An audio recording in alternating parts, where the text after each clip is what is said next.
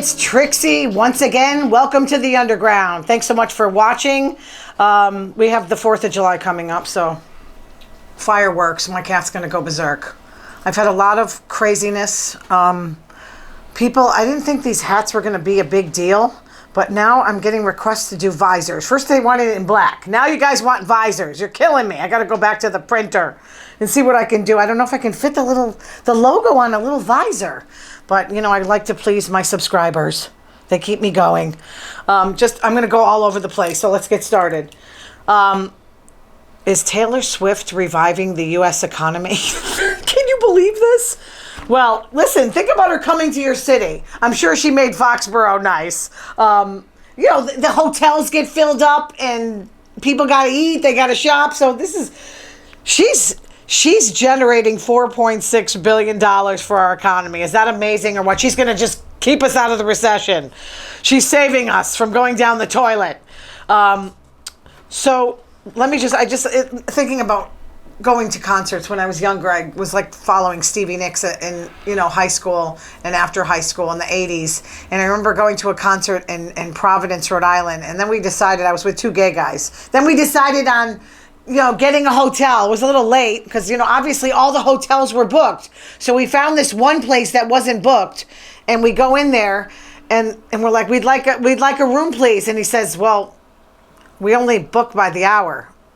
He thought I was a hooker. He thought Trixie was a hooker. And I was like, no, we need more than an hour. Can you imagine what those sheets are like? Do they clean it? Do they clean it after every hour? I don't think so. It's disgusting. He thought I was in the movie Hustlers. So yeah, I said, no, thank you. No, but that was like hysterical. I mean, like I'm going to take two gay guys and go have sex with them. I'd probably pick somebody else if I wanted to have a good time. But I thought it was hysterical. I'll never forget that. That was one. Yeah, don't wait till the last minute to get a hotel, okay? You're going to end up with one of those jobs. And speaking of the 4th of July, this is Massachusetts we live in. Rare birds have forced, I don't even know where this is. It must be the hick town. Amesbury, Mass. to move the 4th of July to Labor Day. Are you kidding me? They can't do fireworks because of the rare birds. They're endangered, and that's what we care about over here in Massachusetts. It cracks me up. Rush Limbaugh must be rolling over in his grave. But they can't like mow the fields for space for crowds and parking. So they decided to just like, okay, we're not going to do the fireworks. We're going to move the 4th of July to Labor Day. I think that's when nesting season is done. I don't know, but it's kind of funny to me. I think it's cute and all that, but you know, guess go to another town if you want to see the fireworks. And that, I don't want to get on a depressing subject, but that Tylenol capsule that tried to go for the Titanic. I couldn't believe when I saw the video of them in there. They looked like they were just uncomfortable. I mean, I would be so scared. See, I don't have that kind of personality. Like, okay, sign this, you may die. I can't even, I mean, my company is like planning a trip to go on this, they call it Rugged Maniac, and you're in the mud. I'm like, I'm not doing that. I'm not going to run in the mud. Are you crazy? What do you think this is, basic training? Forget it. I'm not doing mud. But they signed away waivers saying they might die, and they actually did. And, you know, the CEO's there, you know, he thought of all this and built it and kind of cut corners. I think that's a problem. He obviously believed in it because he went in there. But that poor, was it 18-year-old, 19-year-old, all of them dead. And I just think, you know, I don't have that in me where I'm just going to be like, I don't want to go down there. It's dark, it's cold, and it explodes like immediately. I just, and one guy, they talked about a guy that could have gone, Jay Bloom. He was a Las Vegas businessman, and I guess his son's friend said something about, I guess they gave him a chance to go for the low price of $150,000, and he turned it down because a friend of his son said the sperm whale or a giant squid would compromise the hull, and he goes, nah. The CEO's like, no squid's gonna run into my place, and he's like, this is safer than scuba diving and flying in a helicopter and crossing the street. So, you know what it makes me think of though, like Titanic, like anything associated with Titanic, it was like arrogance, hubris. I like using that word, hubris. Like we haven't learned. He bought a light from Camping World. I think that's a problem for me. You don't cut corners when you're going down to the depths of the ocean. Just not a good, especially other people's lives are in your hands. I know the guy, you know, and then they had like a video game control. That would scare me. That would run off red flags for me. I'm going quick. A father took his 16-year-old son's electronics because this is not cool. His son tried to sell his dog, okay, to buy gaming equipment. I mean, maybe not give your kid a dog. I guess if he's that young, I don't know. But a dog is like having a kid, you know. That's why I have a cat. And my cat's driving me nuts. But is the dad wrong? I'm thinking. I think that the kid trying to sell his dog, that's kind of disgusting to me. He has a job. You're like thinking, get a job, kid. He's got a job. He doesn't want to spend the money. So he tried to take his dog for a walk and sell him in the parking lot. I'm sorry, but if I was the father, I would do the same thing. Sorry, you're not going out for a year. I have a problem with that. In Clearwater, Florida, now I love Clearwater Beach, but I always talk about Florida sometimes. The police stopped a woman on a bicycle, which I don't understand really stopping someone on a bike, for not having lights. And I've seen this on Patrol Live. And then they searched her. See, it starts off small. And then they search her backpack and found a broken glass pipe, probably for meth, and a baby raccoon. I don't really understand she needed a friend. I don't understand. I don't really want to talk about this. This is not really... Just one thing on Tom Sandoval performing in California. He's singing, again, he's obsessed with Schwartz's mother. Schwartzy, do you remember when you had a lawn, your mom came out wearing just a Tom hoodie and a thong? Something's wrong with him, because I looked at the picture of Schwartz's mother and she's not really that attractive, I don't think. Schwartz's mom has it going on. She's all I want. He's sick. I'm sorry he's sick. You want your best friend's mother. I wait up for so long. Schwartz, can't you see that Raquel is hot for me? Yeah, she's still in the mental health facility. Schwartz is busy Stars on Mars. I think they broke up, Sandoval and Schwartz. So he's on that Stars on Mars thing. And you know how they ran out of water last week? Well, they ran out of food this week. So Schwartz, they gave him the really fun job of picking up crap, like liquid crap. And the woman in there, this would have been me, puking, basically. Can you imagine, smelling that? And then they had to, plant potatoes so they could eat? I mean, what's next? Are they going to run out of oxygen? It's kind of... And then they have William Shatner on there. He's the head of the mission control, telling them what they got to do. He looks younger than I am. That's not fair. What is he, 90-something? The guy looks good. So speaking of On Patrol Live, a federal judge, A&E, is suing them. Because remember Live PD, and they took off the show because of, all that stuff with the cops, and, they didn't really want to air it with all those shootings, the beatings. So they can continue their lawsuit against Reels for basically creating the same show on another network. And that is Reels' best. It's the best show. I'm telling you, I love On Patrol Live. It's so addicting. And you just see what cops go through and all the ridiculousness that they have to deal with. And every stinking criminal's the same. What? Why are you doing this, man? Why are you doing this? And then they act so tough. I mean, I don't know. You're not going to win. Guys fleeing, going on the other side of the highway, and they all get caught. Once in a while they get away, but you are stupid. I'm telling you, criminals it's. Oh, speaking of criminals, I was working yesterday and a couple in Connecticut, and I saw a lot of Trumpies yesterday. Everybody was angry and wanted to talk to me about politics. I was not in the mood. I wanted to set appointments. But this one couple was telling me, did you hear about the Chilean gangs? I'm like, no. I thought they were lying or watching Fox and they got fed bad news. I actually looked it up.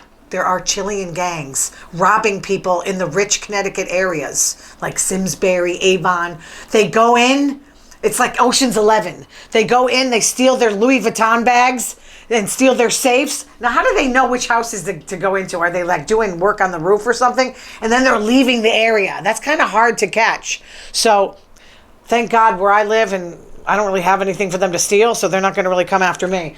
This is one topic I want to cover, and we're already almost done with this program. I went to get some food. On my lunch break, and I'm looking at the bottom of the receipt, and it says suggested gratuity. I'm in the drive-thru, for crying out loud. Listen, I used to bartend, I used to waitress, so I really like to tip, but I think it's getting out of control. I'm not going to tip you 20% because you handed me a bag. Gen Zers are the stingiest tippers, which makes sense. They probably have the least amount of money. And they said, especially at restaurants. Now that I do not agree with. If you're sitting down at a restaurant, someone's serving you food, cleaning, getting you forks, getting you salt, getting you, refills on your drinks, you should leave a tip.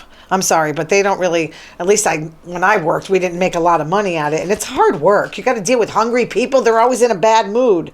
I guess, the Gen Xers and baby boomers are the most likely, which makes sense. That's me. That's a study done by Bankrate. Wait staff and hairdressers, they get screwed too. Baby boomers are most likely. 35% of Gen Z tip at a sit-down restaurant. That's not really a lot. That means 65% do not. 83% of boomers do. See, they're pretty good. The boomers know what it's like to suffer and stuff. They're hard workers. Especially, like, I just went to, like, obviously, look at my hair. You obviously tip your hairdresser, please. You know what they can do if they're mad at you? They can cut you and make you look bad. So make sure you do that. Now, this is strange. Gen Zers are the most generous when it's for home service or repairs. I don't understand. Do they own homes? I don't get it. And it differs based on the sex. I'm sure women tip more than men. I would never like skimp out on tipping, but like with the drive-through, use your common sense. Like there's this one pizza place I go to and they're like this, picking up the phone every 5 seconds. Like they're hard workers. It looks like a call center. So, and they're very nice. So if I'm standing there and I see the work that they're doing, but like when I was going through the drive-through and they handed me this, like I'm not going to do it. You took my order and then you handed me a bag. I don't think really, I don't know. In that case, I'd say maybe the employer should pay them a little more. I don't know. I've always felt like, people should be able to make a living if you're willing to work. But, at 20 years old, I didn't expect to make 50 grand a year at 20. I actually got 4 jobs. So that's, you can work for it if you want to make more money. But listen, I just want to talk about this too. I just read Carson Wentz. Now he's a football player. He used to play for my team, the Skins, Commanders. I don't like to call them the Commanders. They released him, thank God. Look what he did. On his bucket list, he wanted to kill a bear. Beautiful black bear. He went to Alaska. That's on your bucket list? What a loser. I'm sorry, but why don't you try to become a better quarterback and maybe not try to throw interceptions in the fourth quarter, which he was really good at. I never liked him, and I have good taste. Why would you do that? They're like, oh yeah, well, they're overpopulated. Well, so are we. So are people overpopulated. Are you kidding me or what? What a scumbag. I hate that. Michael Douglas is coming to the Berkshires. Anybody out of Mass, I know that you don't care. But they're filming a movie in Pittsfield, which actually is really pretty up there. Blood Knot, I don't know if he's doing any good movies, but it's kind of cool because like I remember when Tom Cruise filmed Malice in Northampton, when he was just starting to see Nicole Kidman. I was in my 20s and I was bartending, and I remember a guy that worked at a sporting goods store in Holyoke, and Tom Cruise called on the phone. He's like, yeah, I'm ordering a couple of sneakers and it's for TC Cruise. And he came in with glasses on and he acted all nonchalant and didn't think the guy behind the counter knew who he was. And he's like, oh, do you think this size would fit me? And the kid, smart, he was like, oh, in your movies, you look like this. And I guess Tom was really nice and he signed everything for him. I just thought that was pretty cool. It's a big deal over here when stars come. I guess in New York and LA, you see them on the street corners, but we don't really see that here. So I don't want to talk about that. I don't really want to talk about this Andrew Tate guy. He's a scumbag. I guess he's being charged with human trafficking, and he's really popular with young people. I didn't even know who he was. Saying women are property. Oh, sickening. He's like always on InfoWars with Alex Jones. Yeah, nice guy. Trump supporter. That doesn't necessarily make him evil. I know a lot of I talked to a nice Trump supporter yesterday. I wanted to hug him. He was so cute. I just don't like, he's being investigated. Oh, he moved to Romania because he said they don't really investigate sexual assault too well. Really? Listen, I want to go to a place that I can rape someone at. It reminds me of that movie Blazing Saddles. Remember when they were looking for the Wranglers, Mel Brooks, and he goes, you got raped down here twice. And the guy goes, I like rape. Yeah, I mean, that guy likes rape, I guess. Disgusting. What else can I talk about? Anything else? I'm just trying to go through it quickly. Yeah, two motorists were shooting at each other in Connecticut. Yeah, this is why I do not like driving in Connecticut. They're the worst drivers. I mean, I imagine where you live, you probably think the neighboring state is the worst. Can you imagine you're on the road and they're shooting? It's just, and then one of them crashed. I mean, yeah, what do you think's going to happen? Disgusting. You guys are crazy. 4th of July week, I'm not doing anything, just work. I need a life, but it's supposed to rain all week. Not cool. Right now, I might go on my bike. I don't know what's going to happen. But you guys, I will get the hats for you. I appreciate you watching. Subscribe to me. You can also email me. I love the comments. TRIXXI'Podcast@gmail.com. And we'll see you again. Thanks for watching. I appreciate it so much. And we'll see you again next week.